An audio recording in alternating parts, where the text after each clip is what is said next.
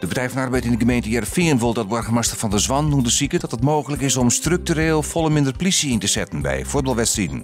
De PvdA vreegt dat naar aanleiding van de voetbalwedstrijd tussen AZ en Ajax uit de snijn. De wedstrijd voor een probleem is zonder politie, dankzij afspraken tussen de beluste partijen. Op de Vluizen is het wetenschap Friesland uit aanzetten, maar een onderzoek naar de viskstaan in de provincie. Visken worden vangen, teld, metten en bevrijden.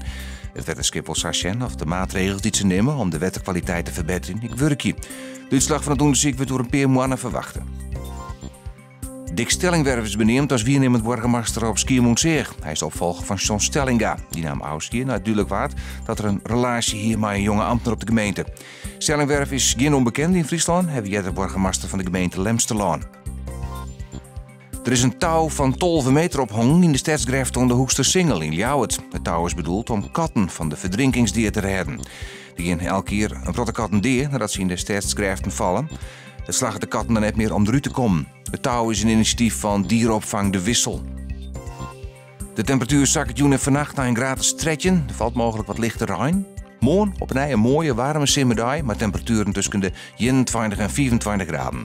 De wind is matig en komt uit het noordoosten.